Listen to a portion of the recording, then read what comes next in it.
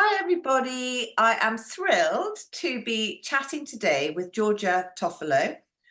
Georgia was Made in Chelsea for several years and then was a contestant in I'm a Celebrity, Get Me Out of Here, and went and bloody won it, which is amazing. She's now launched an amazing raw dog food called Wild Pack. And we're going to talk a bit about that in a minute. But Georgia, thank you so much for sparing the time, because I know you're so busy, but having a chat today. It's actually wonderful. I feel like this is nice respite to have a bit of a chin wag with you. So thank you so much. No, well, thank you. First of all, I wanted to ask you, how did being on Made in Chelsea come about?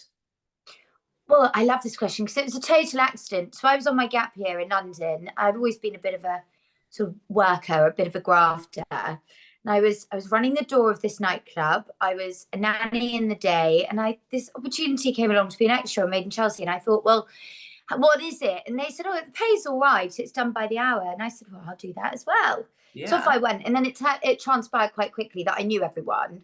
And I have quite a lot to say for myself. So I just ended up not being an extra. So yeah, it was a really crazy one, but I'm thrilled that it did happen that way. No, it's brilliant. And how scripted is it actually? It's not very. The only thing that's scripted, so you'll have producers who'll tell you where to be at what time. Obviously, we need to be in front of the cameras. But the clever thing about the format is that they don't really like you speaking off camera. So that prevents it being scripted and fake. So, you know, when you do see a friend, obviously we used to bend the rules sometimes, but it was actually to the detriment of the programme. Because if you have all those brilliant, juicy conversations off camera, and none of us are actors or actresses, it actually doesn't do a service to what the program should be. So you sort of quickly learn that it is better just to keep it all camera. Brilliant. And did you really enjoy it? Have you made lots of sort of friends? I mean, actually, you said you knew a lot of them anyway, but have you sort of, do you still see them a fair amount? Yeah, I mean, I am so lucky. I look back at my time at Made in Chelsea and just can't stop smiling because it was wonderful. I mean, I was 18, 19. We did all of these mega away series where I'd moved to like the south of France for 3 months or LA for 3 months, and we just filmed. Oh, wow. I mean, imagine being that age with those opportunities. And I was really strong with the production because I've always been quite sort of, I was quite academic when I was at school, and I felt like Made in Chelsea was a total distraction. So, of course, the way that I behaved with them was really strong. I was like, I don't need to be here. I could go off and do my law degree. So don't sort of mess me around and make me date people or make me look silly. Or by nature, I'm not very, sort of, I hate this word, but sort of bitchy or shit stirring. You know, it's not really my way. And I think sometimes if you feel in debt to a TV program like that, they really do get everything they can out of you. Whereas I didn't have that. I just feel like the whole time was a total gift, and it brought me to where I am now. So yeah, I loved it. How brilliant. How brilliant. And do you think it really portrays life, as it is in London? No, not at all. Who does that? But it's an entertainment show, and drinking champagne, or rather, it was always Chaleur. Do you remember Chaleur? They put that in the glasses so that we didn't all get pissed and too mouthy. They wanted us to be mouthy, but not too mouthy. And that of course isn't real, but it's an entertainment show, and it is or was, bloody entertaining. Yeah. How brilliant. It must have been so much fun. Okay, so back in 2017, you became Queen of the Jungle, winning I'm a Celebrity. How did it actually compare to any preconceived ideas you had of what it was going to be like in there? In the most amazing way. So I went in thinking, well, it'll obviously be a bit fake, or the trials, maybe that'll help you out. Anyway, it was so beyond real. And for someone like me, and I think the way that I am, I love proving to everyone that I'm quite strong and I'm not maybe what you might think, and having that vehicle to do that. And I was weirdly pleasantly surprised at how tough it was and how real it was. And you really are. After a couple of nights, I absolutely loved it. But you really are sleeping in the middle of a rainforest. forest, so it's really loud, and Yeah. the constant, there are animals everywhere, and as the days go on, you just become, it's like all humans just adapt to things, but I became incredibly happy while I was in there, because it was so simple. It was a way of life I'd never ever experienced before, just because normal life isn't like that. But my sole purpose every day was to create good telly, which I love doing, which in that format you've just got to sit around and chat, so easy.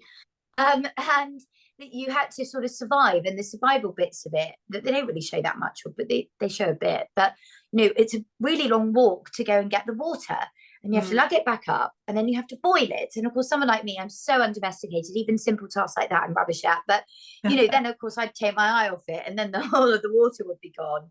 And you'd have to go and get logs and to keep us warm by the fire, all these wonderful things. But yeah, it was more than I thought. How amazing. And those bush tucker trials, I mean, honestly, they look like utter hell. Did you sort of find them as hellish as I'd find them? Yeah, I mean, they were hellish, don't get me wrong, but you're talking to, obviously, if you'd have asked me after week 1, I was petrified, but I ended up doing so many of them, and then last year I did the jungle again in South Africa, which was an all-stars version, where they chose sort of favourite campmates from the past 20 years. So of course I really am a bit of an old mucker now when it comes to bush tucker trials, so I don't think they're that scary. But that's because I've done so many, and it's a mental thing, isn't it? Well, that ITV aren't going to kill you. No. So, but it doesn't stop people being absolutely petrified, which I get it, because they are scary, but I'm all right, thank goodness. Probably why I did okay. Oh, well done you. And after something really horrible, like when you're sort of, I don't know, covered in fish guts and whatever, can you go and is there somewhere to go and have actually a proper shower, or is it literally waterfall as we see it? It's as you see it. And actually, that is the one aspect of it that I think is really cruel, because you only get, I only got 2 t-shirts, a pair of shorts and a pair of trousers. So of course you do one trial and 50% of your clothes are completely done for the rest of the, and with me at the time, first time I did it, I had such a full head of hair extensions, which seems so silly now, but I could not get the gunk or whatever it was, the animal. You just can't get them out, because they give you one comb, which for me, having all of this fake hair in, it wouldn't even go through the bottom of it, never mind the top. So it is as real as they say, but I think it has to be that way, because if not, when you book 12 celebrities every year for 20 years, we sit and speak to people like you, and we'd say, oh, it's all a load of rubbish, it's fake. Yeah. Oh God. So okay, moving on to here and now. You have launched this amazing dog food, raw dog food, Wild Pack. So tell me a bit about it. How did it come about? Oh, thrilled. I love talking about it. So it came about 4 years ago. I got a little dog, and he had the most terrible problems with, going to the loo, and his coat was embarrassed to walk him, because he looked like he was not being loved or looked after. And I kept going to the vet, and they kept saying, I switch his food to this, this, this, and this. Cut a really long story short. And in that long story, I start making food in my kitchen. Just by cutting out ultra processed junk food from his diet, which was 100% of his diet at the time, he was a totally different dog within 3 weeks. So I thought, well, if it's worked for months, let me see what's out there. And then that was, by this time, it was 3.5 years ago. And now I'm at the helm of my dog food business, Wild Pack, as you mentioned. So I'm basically on a crusade to cut out ultra processed junk food for dogs, because I think it's become a real buzzword, and humans understand how dreadful it is for us. So I'm sort of confused as to why we're so behind with the dogs. And I launched a really big campaign yesterday in Westminster, which was literally, very noisy, and there were loads of dogs, and we had placards, and I had a big megaphone. But what I'm starting to campaign against are the harmful levels of these things called glycotoxins, which are really prevalent in ultra processed dog foods. They're prevalent in lots of ultra processed foods, but the studies that the experts that I've been working with are pointing to, it's that they're really, really high in kibble and ultra processed dog foods. Yeah. So I just want there to be a little bit more transparency about that. And I hope it's sort of actually showing to everyone that, to use a better phrase, actually, that Wildpack isn't just like another celebrity pet project. I feel so strongly about it. And I got to the point where, you know, if anyone asked me, of course, there's a reason why I've launched Wildpack. I think it is the best dog food that you could feed your food in the UK. And all of the ratings and all of the experiments that have been done on it shows that. But Yes. it doesn't matter if you don't agree or don't want to buy it. Just maybe revisit what you're looking at the moment and look at just feeding your dogs sort of whole foods. Yeah, absolutely. And do you do a puppy version? Yes. So I launched with six recipes in total, and one of them is specific for puppies. But it's really interesting because of the method of feeding raw, which is what I advocate. There isn't a USP for my puppy thing. All I've done is strip it back. So I put a tiny bit less berries in there, less salmon oil, and that's about it. So it's super sensitive, but I would say my puppy recipe is perfect for any dogs that have a super sensitive tummy, whereas the other 5 is so full to the brim of goodness. I just wanted to be a little bit more cautious with the puppies. Okay, yeah, great. And is it suitable for all types of dogs, whether they lead you know, more sedate life, you know, living maybe in a town or city, or, you know, is it suitable for country dogs that might be working dogs who go shooting? We've got a lot of members, a hell of a lot of members who will have dogs. Most of them probably will, actually. Yeah. But is it sort of suitable? Does it cover the whole Totally. lot? Yeah. Yeah. So specifically, my 6 recipes were made for working dogs. Brilliant. So I believe that, like all dogs in my eyes, I mean, there's a degree, we know, so if you've got a gun dog or whatever, they're super active. But then if you scale it right down, the reason why I did that is because I think all dogs should be fed good food, right? But then you scale it all the way down, and lots of people, I did an amazing trade show just before Christmas at the London Horse Show. So it used to be at Olympia, and now it's at the XL. So I did it.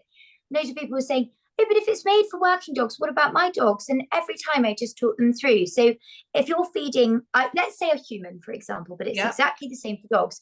If we're fueling our bodies with brilliant fuel that we're meant to be eating, your blood glucose levels stay consistent. So with these dogs that are maybe live in a townhouse in London, but have really crazy spikes in their energy levels and then become really lethargic at other times, that for me is suggesting that they have blood glucose spikes. So the food is brilliant for those dogs too. It's exactly the same thing. And I want everyone to go away and do their own research. I hope I'm not saying anything that's too sciencey, or because I'm not trained, but it's all pretty basic nutritional stuff that I believe in. So yeah, it's great for all dogs. It really makes sense. It really does, doesn't it? Because, you know, sort of particularly children, what you feed them and them becoming hyperactive or sluggish or whatever, it's the same, isn't it? Exactly the same thing. And what would you say? Okay, so the kibble revolution, that is, can the kibble get rid of the crap, basically? Is that, for want of a better word? I mean, yeah, I think to get a lot of noise with a campaign, you have to be as bullish as you've just said. Can the kibble? You know, those are the call to actions that I want. And in the short term, I would like the government to maybe just look at the way that pet food across the UK is marketed and sold, because the research that I've done for Wildpack is so extensive, and it's been nearly 4 years now. I mean, maybe just encouraging dog owners to turn over and look at the back of the packet, look at the ingredients that are going into these things. Because on the front of the packet, they're saying chicken treats. Well, the one that I had in my desk yesterday, it had 8% chicken liver matter in it. And that was being marketed. And I mean, that's from the leading treat supplier in the UK. So I just like the conversation to be a little bit more in the forefront of everyone's minds. And when it comes to kibble, I think they should look at the processes in which it's made. We know that ultra processed foods are bad for humans, but the way that the dog food is made is off the charts. So I'd like them to look at it. And future plans, have you got any sort of plans, you know, on the bubble for dog nutrition and Wildpack? Yeah, so the next that you can tell place us that I'm about? going to, yeah, of course, I can't wait. At the end of next month, I'm launching my treats, which I'm so excited about. So I'm going to market with three. I could have chosen more because I just love all of them that I tested, but why I'm so proud of them is that they're single ingredient, and as I just touched upon, most treats have about 25 ingredients in. Yeah, yeah. So I'm going to have a venison, a Ooh. beef, and then the salmon. So I'm sure that your readers and listeners will love them. And I'm also really excited because I know that I bang the drum for feeding wild pack, and I will forever. But there are lots of barriers to wild pack because my ingredients are so brilliant. It is at the upper price bracket. And on top of that, you have to have a freezer to put it in because it's fresh food. These are things that if I am at the helm of a health food company for dogs, I have to have that. Whereas with the treats, they're just dried meats. So it's jerky. Yes, yes, And jerky, dog jerky. it's jerky. Yeah. And I'm really excited that those barriers are not going to be there, and it will just be the perfect segue, I hope, touch wood, for me to really just go hell for leather with retail. So that's my plan. Oh, that's brilliant. Well, we will definitely, we've got your post for Wild Pack, and we will get everyone onto it, and I will definitely get my dogs onto it as well. Oh, I'm thrilled. Sure. Just moving on really quickly, a tiny bit about you. Tell me, what would your perfect holiday be, and where? Oh, that's so easy. My partner lives up in Aberdeenshire, sort of real northeast, and we're planning it already. We're going to take a house in a little fishing village where his granny lives. It's called Gardenstown, and it is the most wonderful place. And it makes me laugh how much I love it because I grew up in Devon in the southwest, and I've ended up in the northeast, but I love it. I mean, and it doesn't get any more sort of rugged than where he's from. But yeah, so it would be up in Gardenstown in Aberdeenshire. How lovely. And if you could sit next to any two people at a dinner party in the world, dead or alive, who would they be? Your ideal. Number one would be, right, God, what were you going to say? My number one would be Margaret Thatcher always, because I just think she was amazing.